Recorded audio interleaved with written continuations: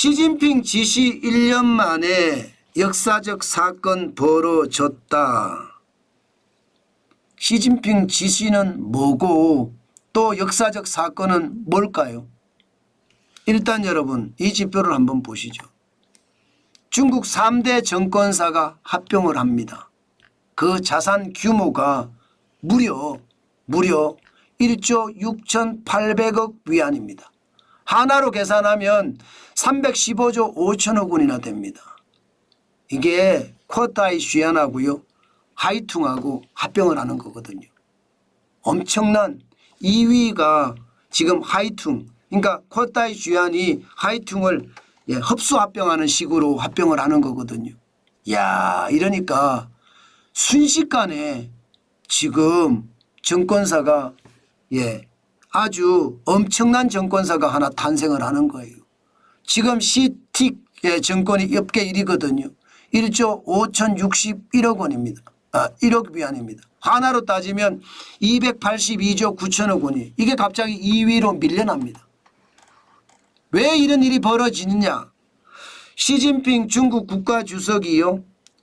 월가하고 경쟁을 할 만한 투자은행을 만들라 이렇게 지시를 했습니다.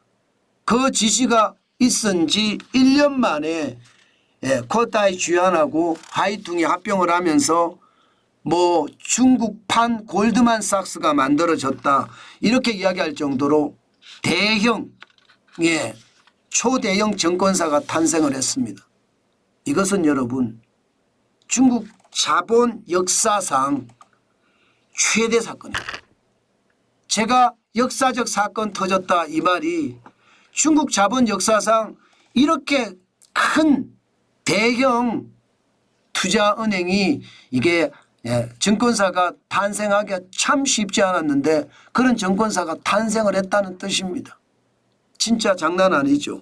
이게 여러분 합병이 이렇게 좀 쉬웠던 것은요. 아무래도 이게 쿼타이 슈안 같은 경우 말입니다. 지분의 3분의 1이 중국 공산당이 가지고 있습니다. 지분의 3분의 1이. 하이퉁은 지분의 20%가 공산당이 가지고 있습니다. 다시 말해서 국유기업이었다는 뜻이에요. 그러니까 쉽게 합병할 수 있었다 이렇게 이야기할 수 있습니다. 그런데 그런 데가 굉장히 중요합니다. 시장에서는요.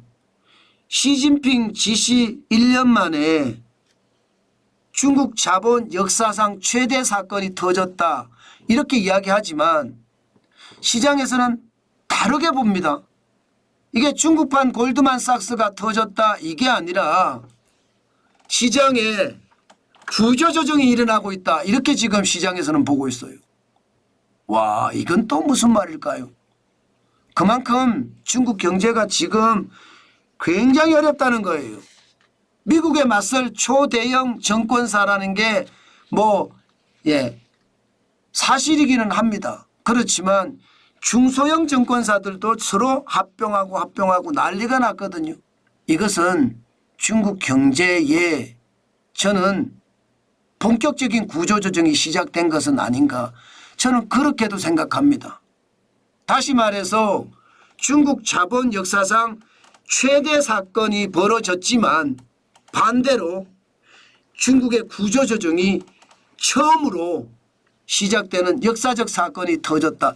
이 말로도 저는 충분히 해석할 수 있는 요소라고 생각합니다. 그만큼 중소 정권사들도 합병이 굉장히 많이 일어나고 있습니다.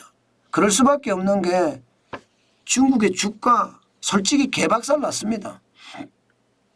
이대로 가면 여러분 2024년 2월 5일에 2702.19를 기록하면서 역대 최저를 기록을 했거든요. 이거 말입니다. 9월 6일 현재 보면 상하이 종합주가지수가 2765.81입니다. 다시 또 떨어지게 생겼어요. 2020년 팬데믹 때 보세요. 2020년 코로나 팬데믹 때 2745.61을 기록하면서 최악에 빠졌었거든요. 지금 2월 5일에 더 최악에 빠졌었잖아요. 2702.19로 그런데 9월 6일에 2765.81로 지금 코로나 팬데믹보다 더 어려워지는 그런 양상을 보이고 있습니다. 이것은 어떻게 생각하면 또 다른 의미의 역사적 사건이라는 뜻이에요. 그만큼 외국인들이 많이 빠져나가요. 중국에서. 더 이상 중국에서 사업 못하겠답니다. 2024년 1월에서 6월까지 보면 마이너스 50억 달러가 빠져나간 마이너스 50억 달러예요. 2021년에 3,441억 달러가 들어오던 것이 2022년에 1,802억 달러로 줄었다가 작년에는 330억 달러로 줄었거든요. 10분의 1토막 난 거죠. 그런데 올해는 6월까지 오히려 빠져나갑니다. 외국인들 다 철수한다는 거예요. 철수한다. 자본을 가지고 나간다는 뜻이 자본을 가지고 나간다. 그러니까 주가가 지금 최악을 치닫고 있고 앞으로 더 떨어질 수도 있다는 전망까지 나오는 거죠. 저는 이것을 보면서요. 시장이 진짜 지금 생각보다 시장은 굉장히 어려워지고 있다.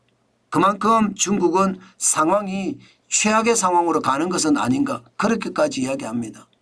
실질적으로 중국은 돈 풀 준비 또 하고 있거든요. 지금 중앙은행뿐만 아니라 중국은행의 지급 준비율은요 역대 최저입니다.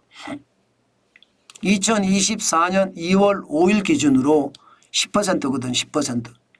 10%만 가지고 있으면 돼요. 지급 준비율이.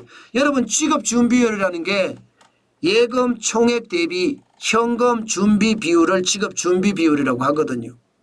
예금 총액의 10%만 가지고 있으면 된다는 뜻이에요. 근데 이거 또 낮춘다고 합니다. 또 낮춘다고 해요. 이거 아마 조만간 중국은 돈을 풀기 위해 또 낮춘다고 이야기합니다. 그런데도 이렇게 또 낮춘다는 신호까지 보내는데도 여러분 주식시장은 계속 곤두박질 치고 있어요. 이 말은 결국 돈 풀든 안 풀든 중국 경제는 지금 디플레이션 함정에 빠졌다. 그렇게 이야기해도 될까요?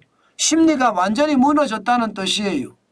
청년 실업률이 다시 17%가 넘어서고 있으니까 시장은 더 위험해진다. 외국 자본도 빠져나간다. 심지어 성장률은 올해 5%는커녕 4.5%를 달성하기도 쉽지 않다. 이런 전망까지 나오거든요. 이것을 생각을 해보면 결국 말입니다. 중국도 아마 굉장한 어려움을 겪을 수밖에 없다. 그런 생각을 합니다.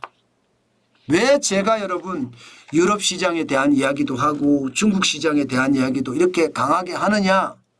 여러분도 알다시피 우리는 수출로 먹고 삽니다. 중국 경제가 좋아야 우리가 수출을 많이 할 수 있어요. 유럽 경제가 좋아야 우리가 수출을 많이 할 수가 있고요. 그런데 유럽 경제도 나쁘고 중국 경제도 나쁘고 나쁘다는 것은 우리가 수출을 적게 한다는 뜻이고 지금 우리 경제에서 버티고 있는 게 수출이 유일한데 이게 내수나 투자는 좀 어렵거든요. 그런데 수출마저도 꼬꾸라질 그런 상황이 될 수도 있다. 저는 그렇게 생각하니까 솔직히 섬뜩섬뜩하기까지 합니다. 중국이 말은 골드만삭스 중국판 골드만삭스가 만들어졌다. 쿼타의 쥐안이 그렇게 됐다. 이렇게 이야기하지만 속내를 들여다보니까 구조조정하는 거네. 결국 중국은 이게 정권사에서 구조조정이 일어난다는 것. 이미 말입니다. 제조업에서는 구조조정이 본격적으로 일어난다는 것. 이게 한마디로 통한다. 저는 그렇게 생각을 합니다. 그만큼 말입니다. 여러분 시장의 분위기는 확실하게 중국도 상황이 좋지 않다. 이렇게 점점 가고 있는 듯한 분위기입니다. 그만큼 나쁘다는 이야기죠. 참 안타깝죠. 안타깝습니다. 세계 경제가 오늘 전체적으로 보면 지표 자체가 침체라는 지표가 많으니까 그게 더 안타깝다 생각이 듭니다.